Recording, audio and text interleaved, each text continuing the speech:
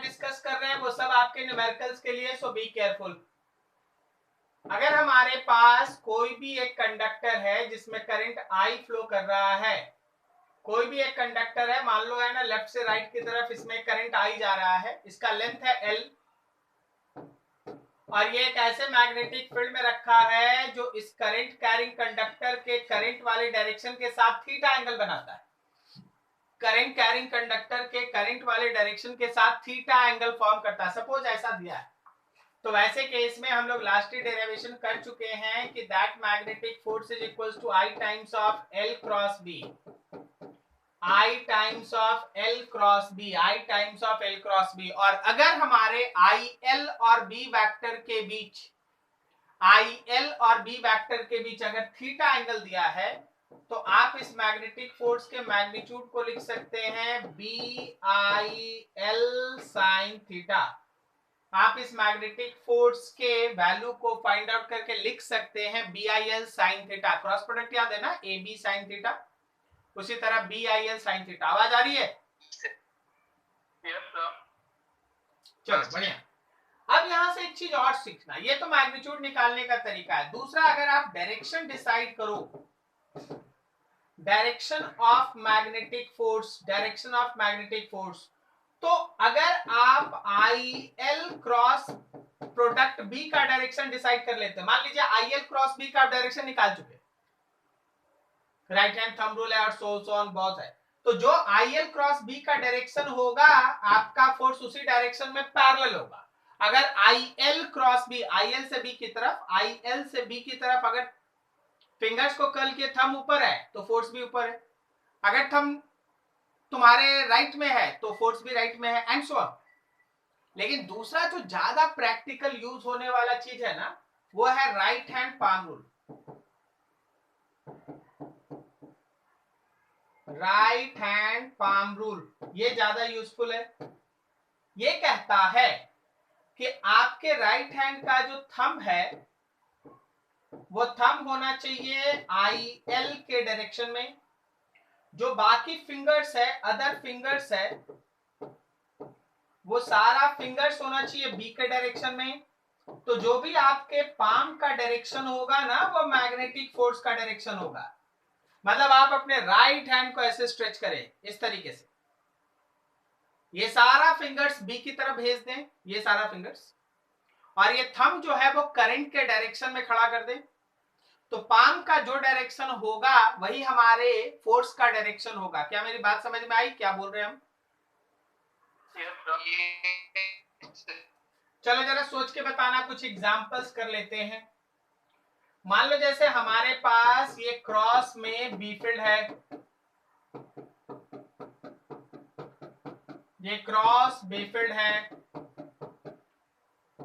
अब इसमें हम तुम्हारे लिए बहुत सारा अलग अलग तरह का कंडक्टर रख दिए।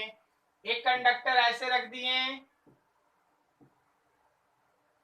जिसमें करंट लेफ्ट से राइट जा रहा है, एक कंडक्टर या वायर ऐसे कर दिए जिसमें करंट नीचे से ऊपर जा रहा है। ये करंट एक कंडक्टर मान लो इस तरीके का रख दिए जिसमें करंट ऐसे जा रहा है।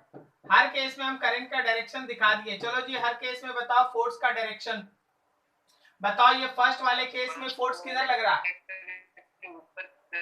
फर्स्ट वाले अपवर्ड जाएगा, फर्स्ट वाले में अपवर्ड जाएगा, ऊपर की तरफ लगेगा, फिंगर्स अंदर, थंब उधर, पाम ऊपर। तो ये रहा मैग्नेटिक फोर्स का डायरेक्शन। Very very good. इसमें बताओ। तो बाहर लेफ्ट, मतलब अपवर्ड से, मतलब लेफ्ट को ये कर। क्या ऐसे बोले? Yes sir, yes sir. Force इस डायरेक्शन में लग रहा है, दिस इज मैग्नेटिक फोर्स। इधर बोलो सर, नीचे की तरफ सर, वैसे ही नीचे की ऐसे ऐसे, करेक्ट है? हाँ सर, यस सर। तो this is the direction of magnetic force. तो मैग्नेटिक फोर्स को आप ऐसे राइट हैंड पाम रूल से यूज करके निकाल सकते हैं। अपने राइट हैंड के इन सारे फिंगर्स को बी की तरफ रखिए, थंब का डायरेक्शन होगा करंट की तरफ, तो जो पाम का डायरेक्शन आएगा that is the direction of magnetic force. ये मैग्नेटिक फोर्स का डायरेक्शन डिसाइड होता है। कहीं किसी को डाउट? नहीं। ठीक, थर्ड सुनना ध्यान से। कभी कभी ऐसा होता है कि हमारे पास है ना जो वायर, जो कंडक्टर दिया जाए वो इरेगुलर शेप्ड का हो, मतलब थोड़ा आड़ा तिरछा इस तरह का। For any irregular shaped wire, मान लो हम लोग के पास कोई इरेगुलर शेप्ड वायर तो या कंडक्टर, वैसे केस में याद रखिएगा कि मैग्नेटिक फोर्स, वैसे केस में याद रखिएगा कि जो मैग्नेटिक फोर्स का जो मैग्नीट्यूड है ना, वो मैग्नेटिक फोर्स का मैग्नीट्यूड होता है BIL इफेक्टिव। सर ये L इफेक्टिव क्या होता है? L इफेक्टिव क्या होता है? अगर हमारे पास कुछ इस तरह का कोई कंडक्टर है जिसमें करंट मान लो I फ्लो कर रहा है, A पॉइंट यहां है और मान लो B पॉइंट यहां है, तो आप इसका इफेक्टिव लेंथ ये वाला लीजिएगा, ये है इसका L effective. Is this clear? दोनों एंड को मिलाने वाला स्ट्रेट लाइन, दोनों एंड को मिलाने वाला स्ट्रेट लाइन उसका इफेक्टिव लेंथ कहलाता है। क्या मेरी बात समझ में आई? Yes sir, yes sir. दोनों एंड को मिलाने वाला स्ट्रेट लाइन उसका इफेक्टिव लेंथ कहलाता है, दोनों एंड को मिलाने वाला स्ट्रेट लाइन उसका इफेक्टिव लेंथ कहलाता है। ठीक है, अब जरा इसका यूज भी देखो, मेन काम तो न्यूमेरिकल्स है, उस पर ध्यान रखो। देखो हम इसमें और भी कुछ जोड़ रहे हैं। मान लीजिए जैसे ये मेरे पास एक कंडक्टर है भाई, इस कंडक्टर में करंट I फ्लो कर रहा, लेंथ L है, और आपका बी फील्ड इधर है, ये एंगल बना थीटा। जरा बताओ तो कंडक्टर पे जो लगने वाला फोर्स है उसका वैल्यू बोलो, कंडक्टर पे लगने वाले फोर्स का वैल्यू बोलो। Sir IBL sin theta. हाँ, BIL sin theta. Very good, very good. तो जो हमारे कंडक्टर पे लगने वाला फोर्स है वो है BIL sin थीटा। कोई दिक्कत किसी को? No sir. ठीक, वेरी गुड। अब जरा रुको और सब चीजों को समझो।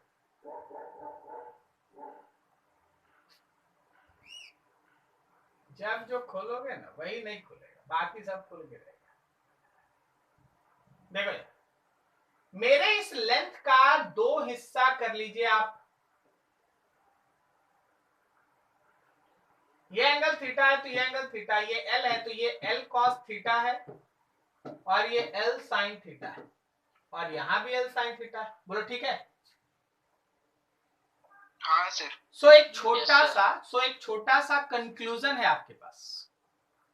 हमेशा ध्यान रखिएगा मैग्नेटिक फोर्स कंडक्टर पे उस लेंथ की वजह से ही काम करता है जो बी फील्ड पे परपेंडिकुलर, बी फील्ड पे जो परपेंडिकुलर लेंथ रहता है वही यूज होता है। तो आप इस मैग्नेटिक फोर्स को और भी सही तरीके से लिख सकते हैं, BIL इफेक्टिव भी, और L इफेक्टिव में भी जो परपेंडिकुलर है वही लेके चलना है। क्या मेरी बात समझ में आई?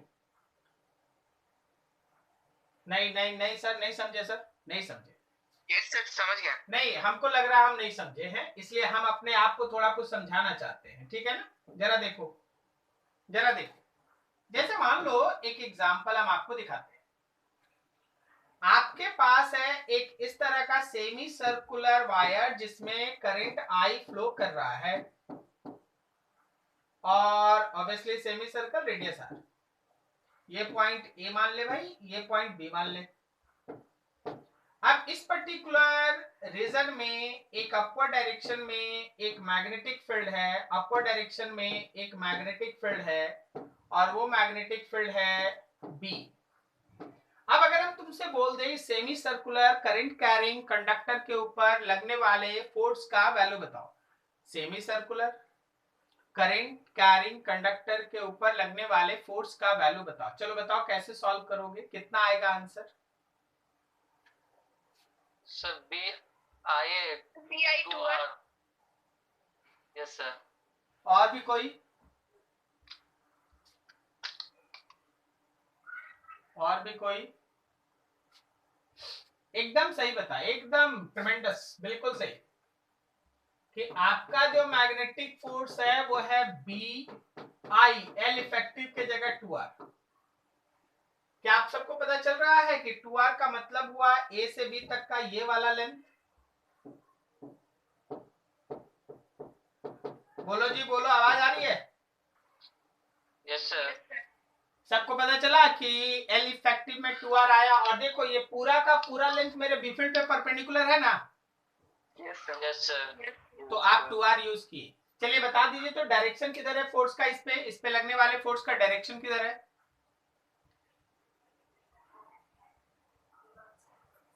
सर अंदर की तरफ। साइड। बाहर की तरफ। डिसाइड कर लो, अंदर है कि बाहर? आउटसाइड। Outside, very good. अरे यार बी फील्ड ऊपर है जी साहिद बाबू, और थम है उधर। थम उधर इसलिए क्योंकि करंट ए से बी जा रहा है, तो बी की तरफ करंट, तो पाम बाहर आ रहा है ना? Yes sir. सर उसको वायर समझ के करंट को फ्लो कर दिए इधर। हाँ ठीक है, बिल्कुल वही करो, इधर ही करंट फ्लो करो। हम तो वही चाहते हैं, ए से बी इधर से इधर फ्लो करो।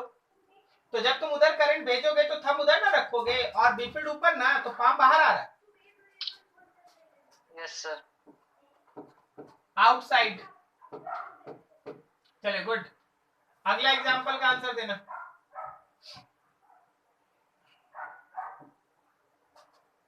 वही सिचुएशन है, ए से लेके बी तक करंट जा रहा है इस डायरेक्शन में, ऐसे जा रहा है। रेडियस का जरूरत पड़ेगा, आर ले लेना, लेकिन इस बार जो बेफील्ड है वो ऐसे, ये है डायरेक्शन बेफील्ड का। Can you say that what is the force acting on this conductor?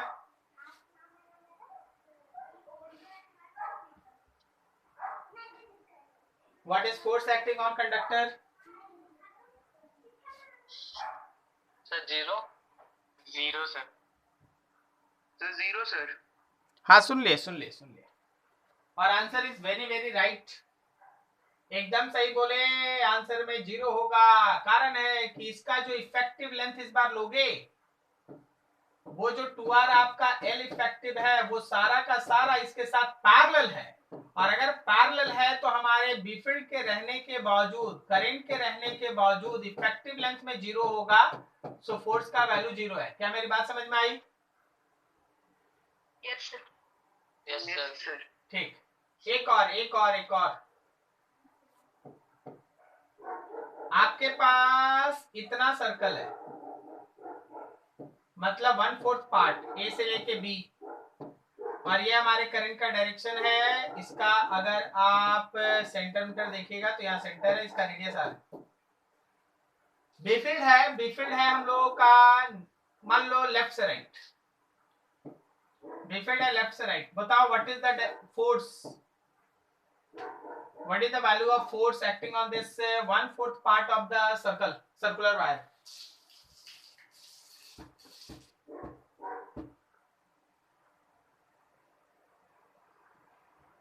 बोलो बोलो।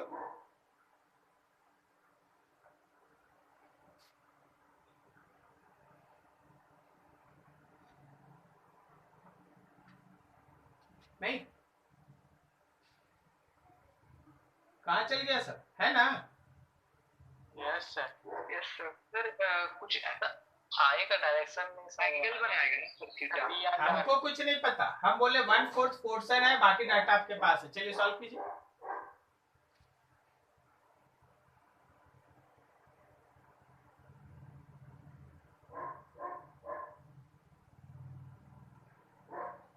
आंसर दो।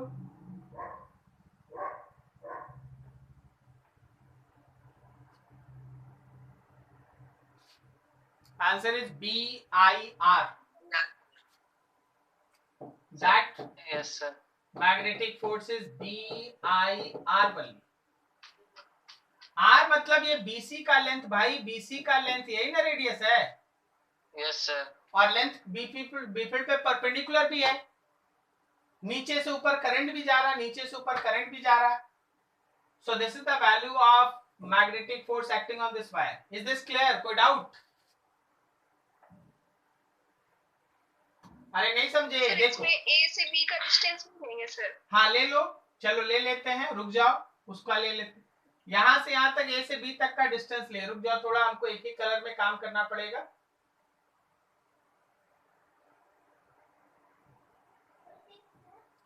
मान लो हम लोग ए से बी तक का डिस्टेंस ले लिए, क्या ये √2r आ गया रोहित? Yes sir. अब क्या ये बी फील्ड के साथ 45 डिग्री बना रहा है? बोलो। Yes sir. Yes sir. तो तुम लोगे बी आई √2r और sin 45।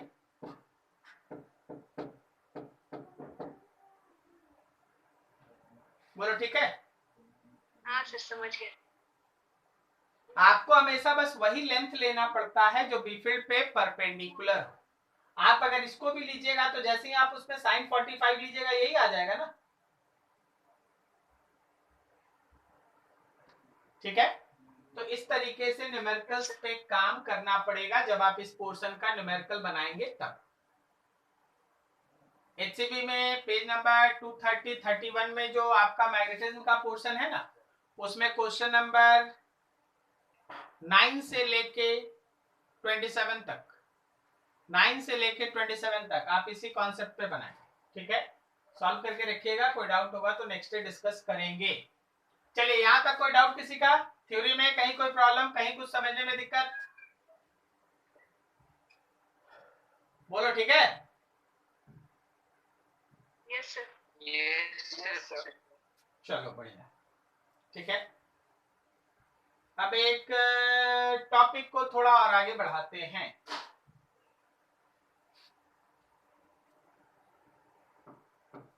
बार बार एक न्यूमेरिकल ये मेरे सामने आ रहा है, concept of force acting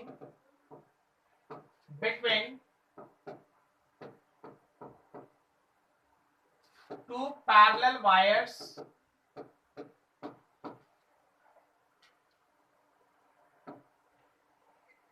carrying current. Concept of force acting between two parallel wires carrying current. दो पैरेलल वायर है उसके बीच हम लोगों को फोर्स के बारे में थोड़ा डिस्कस करना है, ठीक है। चलिए जरा इन सब चीज पे है ना एक बार ध्यान लगाइए सबको। मान लीजिए जैसे हमारे पास ये दो वायर है जिनके बीच हम फोर्स निकालना चाहते हैं। इसमें करंट फ्लो कर रहा है I1 और इसमें करंट फ्लो कर रहा है I2। हमेशा ध्यान रखना कि हर एक करंट कैरिंग कंडक्टर अपना एक बी फील्ड बना के रखता है। हर एक करंट कैरिंग कंडक्टर अपना एक बी फील्ड बना के रखता है, लेकिन खुद का बी फील्ड कभी खुद के ऊपर फोर्स नहीं लगाता। I1 का जो बी फील्ड होगा वो I2 पे फोर्स लगाएगा और I2 का जो बी फील्ड होगा वो I1 पे फोर्स लगाएगा। क्या मेरी बात समझ में आई? ठीक है। तो अगर आप सेकंड कंडक्टर पे फोर्स निकालना चाहते हैं तो बी फील्ड आप फर्स्ट का लीजिएगा, और अगर आप फर्स्ट पे फोर्स निकालना चाहते हैं तो बी फील्ड आप सेकंड का लीजिएगा। क्या मेरा लॉजिक समझ में आ रहा है आपको? हाँ सर। Yes sir. मान लीजिए आप यहां से यहां तक के बीच के डिस्टेंस को आप d से रिप्रेजेंट कर देते हैं।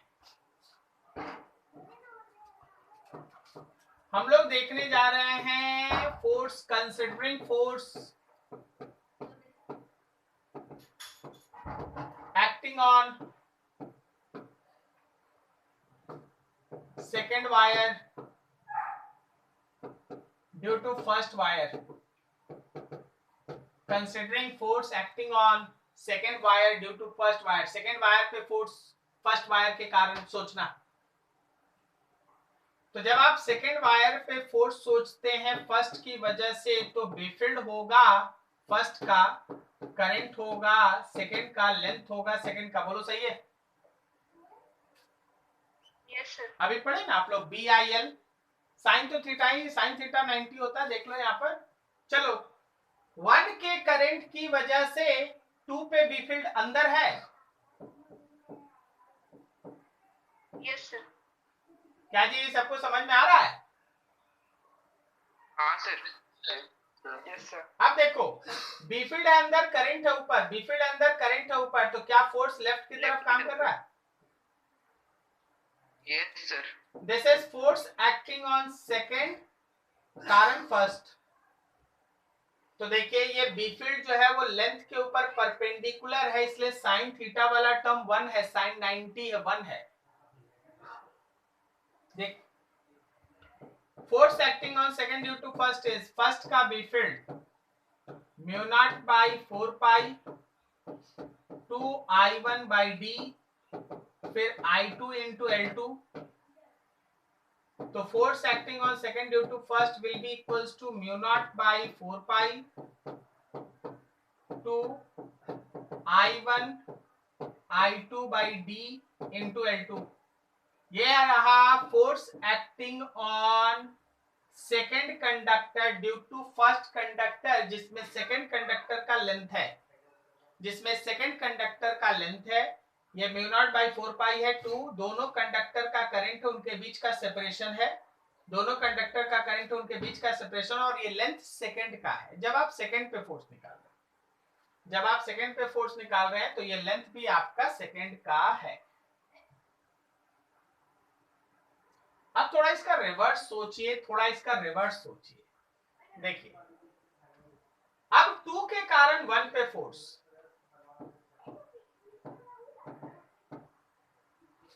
considering force on first due to second, considering force on first due to second। चलो जी, 2 के कारण क्या ये बी फील्ड बाहर है? Yes sir, out. ये बी फील्ड है वर्ड लगेगा सर 2 का। फोर्स राइट साइड में लगेगा। हाँ, फोर्स इस पे राइट साइड लगेगा। अच्छा, पता चला तुमको कि तुम एक और कंक्लूजन निकाल लिया कि दोनों अट्रैक्ट कर रहे हैं। अट्रैक्टिव फोर्सेस है। तो अगर हम लोग फोर्स 1 पे 2 के कारण निकाले तो बी फील्ड तो हम लोग 2 का लेंगे, लेकिन करंट फर्स्ट का, लेंथ फर्स्ट का लेंगे। तो जब आप बी फील्ड 2 का लीजिएगा तो mu naught by 4 pi 2 I2 by D I1 into L1 होगा। This is force acting on 1 due to 2। ठीक है। अच्छा, इतना पोर्शन पे सब कोई गौर करना, क्या ये दोनों जगह सेम है? Yes sir. Mu naught by 4 pi 2 I1 I2 by D, mu naught by 4 pi 2 I1 I2 by D. अब अगर सेकेंड पे फोर्स निकालना है तो सेकेंड का लेंथ, और अगर फर्स्ट पे फोर्स निकालना है तो फर्स्ट का लेंथ आपको लेना पड़ेगा। क्या मेरी बात समझ में आई? Yes sir. चलिए, वेरी गुड। ठीक है, हम लोग इसी को थोड़ा सा मॉड्यूलेट कर देते हैं। हम लोग इसको कैसे मॉड्यूलेट करते हैं? अच्छा, ये आपका न्यूमेरिकल,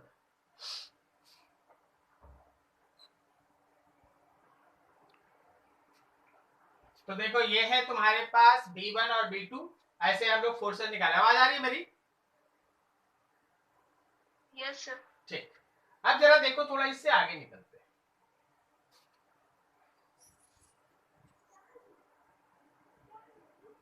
हाँ, हम लोग यहां देखेंगे force acting per unit length. हम लोग देखेंगे force acting per unit length, पर यूनिट लेंथ पे लगने वाले फोर्स का value, force acting per unit length. अगर हम लोग force acting per unit length 2 पे निकाले फर्स्ट की वजह से, तो जो भी 2 पे 1 का फोर्स आया था उसमें L2 से डिवाइड करो। तो ये इक्वेशन था mu naught by 4 pi 2 I1 I2 by D, फिर था यहाँ L2, और फिर से आप L2 से ही डिवाइड कर रहे हैं तो ये L2 L2 कैंसिल। तो क्या ये force acting per unit length हम लोग का आया mu naught by 4 pi 2 I1 I2 by D, mu naught by 4 pi 2 I1 I2 by D, mu naught by 4 pi 2 I1 I2 by D. ये हमारे force का वैल्यू रहा। क्या मेरी बात समझ में आ रही है सबको? ये फोर्स कैसा था? तो क्या ये फोर्स न्यूटन पर मीटर है? Yes sir. हाँ सर।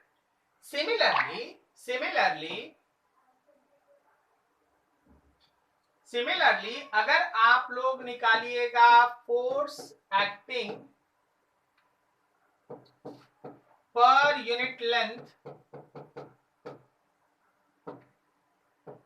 ऑन, ये 2 पे निकला, ये 1 पे निकाल रहे हैं हम लोग, तो क्या force acting per unit length अगर हम इसके, तो फोर्स 1 2 में L1 से डिवाइड करेंगे और क्या डाटा देख रहे हो सेम आएगा? हाँ sir, mu naught by 4 pi 2 I1 I2 by D, same आएगा ना? Yes sir. Yes. तो जब हम लोग force acting per unit length निकालते हैं तो चाहे हम 1 का 2 पे निकाले या 2 का 1 पे निकाले, वो इक्वल होता है, इक्वल मैग्नीट्यूड का होता है, डायरेक्शन अपोजिट होता है। सो ये न्यूटन थर्ड लॉ के हिसाब से भी force acting per unit length चाहे 1 पे 2 की वजह से निकालो या 2 पे 1 की वजह से, that have equal value. Mu naught by 4 pi 2 I1 I2 by D, mu naught by 4 pi 2 I1 I2 by D. Is this clear? Yes sir. Mu naught by 4 pi 2 I1 I2 by D, ये हमारा है force acting per unit length. ये है हम लोग का force acting per unit length. समझ में आ रही है सबको? ठीक। अब यहां पे एक इंपॉर्टेंट चीज आपके सामने रखते हैं, न्यूमेरिकल वाइज आखिर ये इक्वेशंस कैसे मदद करेगा। तो आपको है ना एक एक चीज पे समझना पड़ता है, parallel current, anti parallel current, तीन चीज।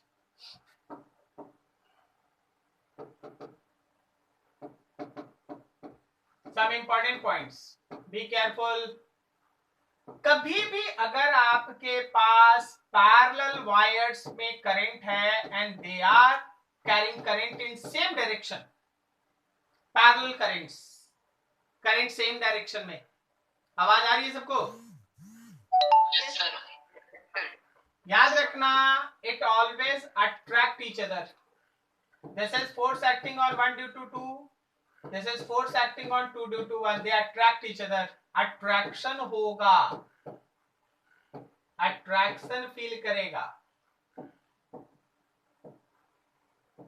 लेकिन अगर हमारे पास एंटी पैरेलल करंट है, I1 और I2 एंटी पैरेलल करंट है, रिपल करेगा, तो एक दूसरे को रिपेल करेगा, एक दूसरे को रिपेल करेगा। This is force acting on 1 due to 2, this is force acting on 2 due to 1। ठीक है, एक दूसरे को रिपेल करेगा, रिपल्सन होगा। अब कौन सा फोर्स बड़ा है या छोटा है, वो एक तो करेंट्स पे डिपेंड करेगा और दूसरा डिस्टेंस पे। जो नजदीक होगा, जिसका डी छोटा होगा, फोर्स ज्यादा होगा, जो दूर होगा उसका फोर्स कम होगा। मेरी बात समझ में आ रही है? Yes, sir. ठीक। Yes sir. अब जरा तीसरा पॉइंट जो बेसिक डेफिनेशन है,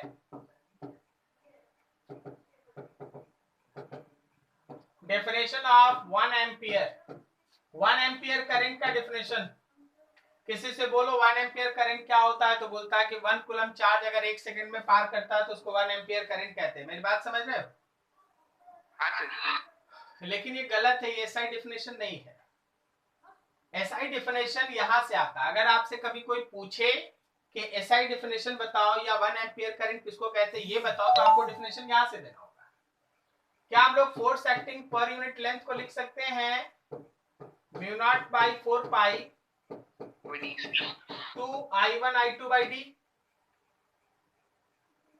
मान लो हमारे पास दो वायर में इक्वल करंट है 1 एम्पियर और उनके बीच का सेपरेशन है 1 metre.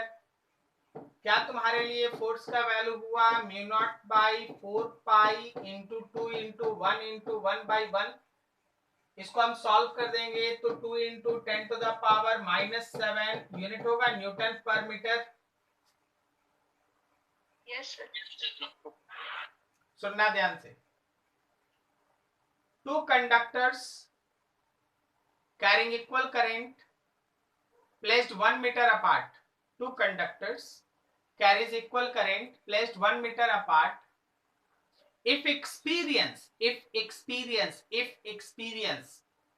2 into 10 to the power -7 Newton force per unit length, 2 into 10 to the power -7 Newton force per unit length, then current in conductors is said to be 1 ampere. क्या मेरी बात समझ में आई? Yes sir. Then current in conductor is said to be 1 ampere. Then current in conductor is said to be 1 ampere. अगर दो conductor parallel है, दोनों में इक्वल करंट फ्लो कर रहा है, दोनों के बीच का डिस्टेंस 1 मीटर है, और उनके बीच लगने वाला फोर्स 2 × 10⁻⁻7 न्यूटन पर मीटर है, तो याद रखना उन कंडक्टर्स में जो इक्वल करंट फ्लो कर रहा है that is of 1 ampere. Is this clear? Yes. ये आपका डेफिनेशन है 1 एम्पियर का, तो इसको हम लिखाएंगे, ठीक है, इसको हम लिखाएंगे। क्या आप यहाँ पे लिख लीजिए ना डेफिनेशन, जो बोल रहे लिखिए। If two parallel wires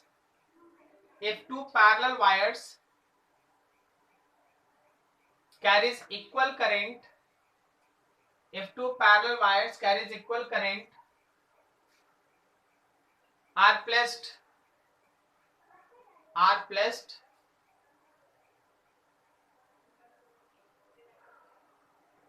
one meter apart,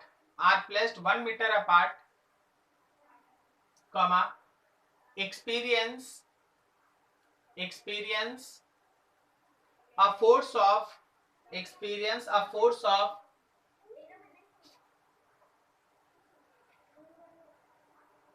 2 × 10⁻⁷ Newton per meter. 2 × 10⁻⁷ Newton per meter. 2 × 10⁻⁷ Newton per meter. Then current in conductor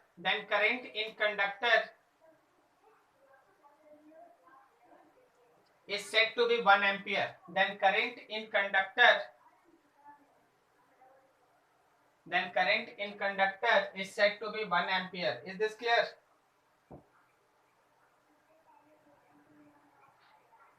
Yes, sir. तो अगर कभी कोई पूछे कि what is 1 ampere current, you have to proceed in this way, चलो भाई ये छोटा डेफिनेशन गलत क्या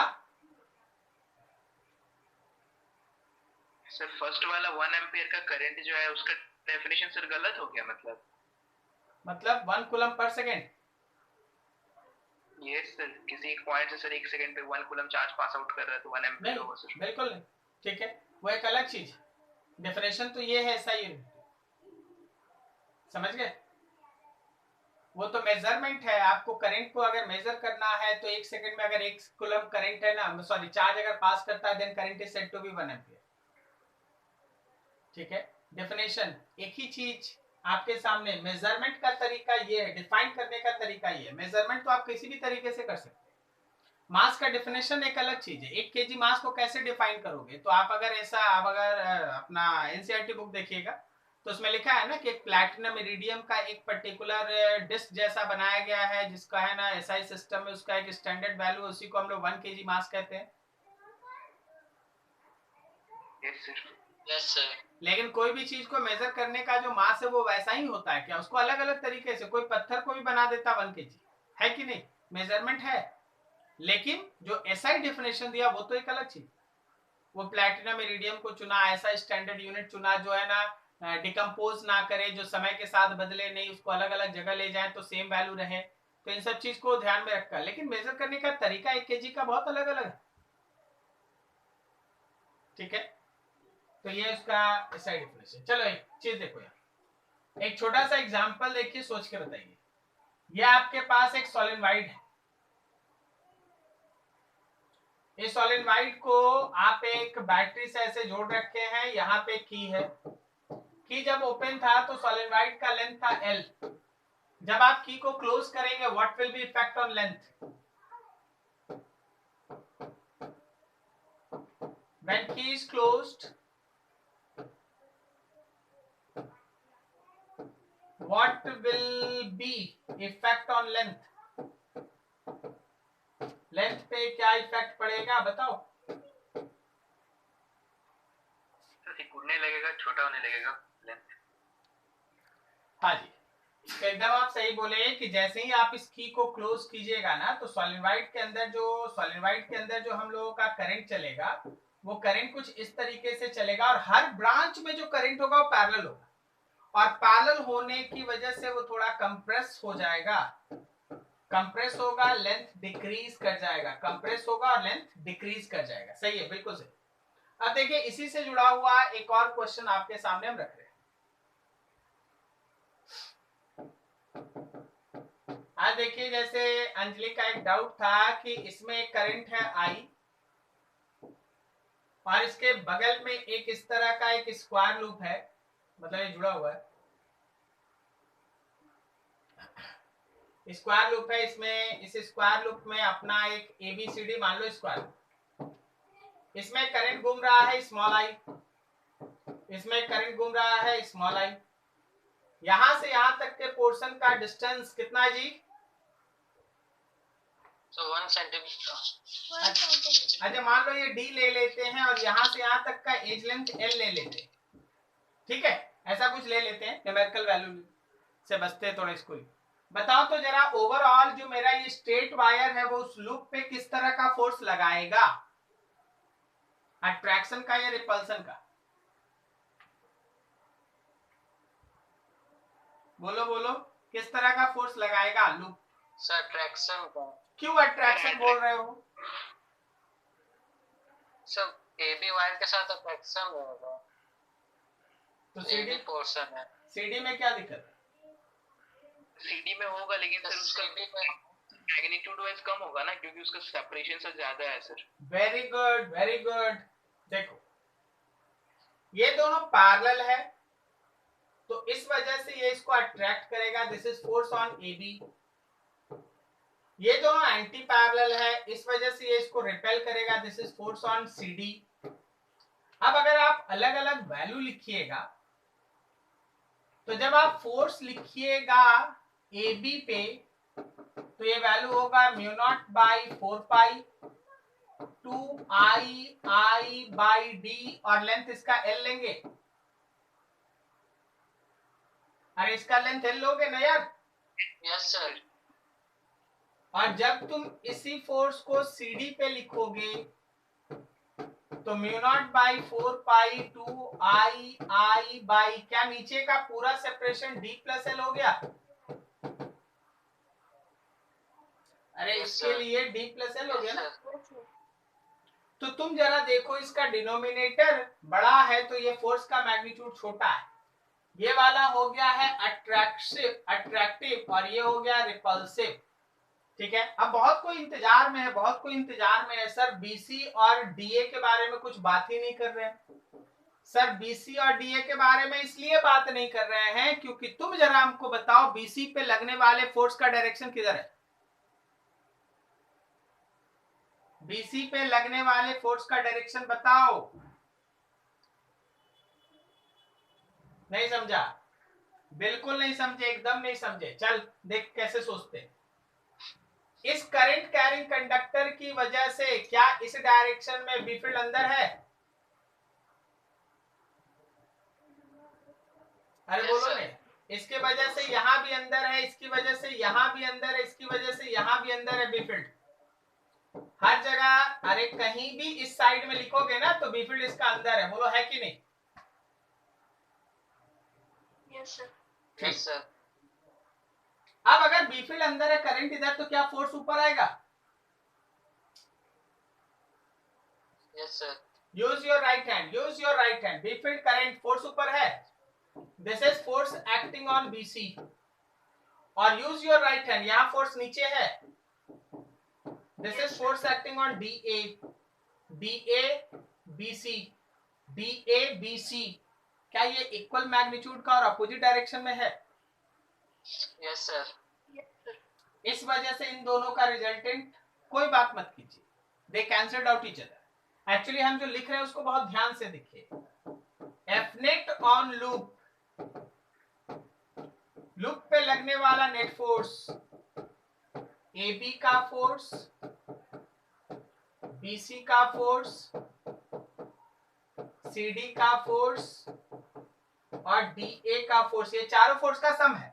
लेकिन उसमें BC का फोर्स और DA का फोर्स, BC का फोर्स और DA का force equal magnitude opposite in direction, equal magnitude opposite in direction, so they cancelled out each other. Okay, तो केवल और केवल जो नेट फोर्स है वो AB और CD का वेक्टर सम बचा। AB और CD का वेक्टर सम कहने का मतलब अगर दोनों सेम डायरेक्शन में रहता तो जोड़ते, बट दोनों है तो अपोजिट डायरेक्शन में ना।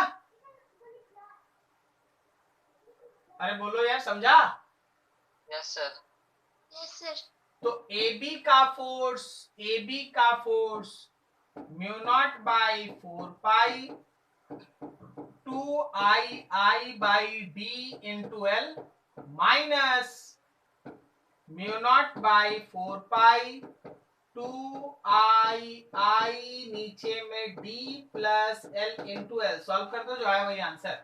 And the net force is attractive. Net force is attractive, जो नेट फोर्स है वो अट्रैक्टिव है। Net force is attractive by nature. अच्छे से देखो, कहीं डाउट है फिर पूछो।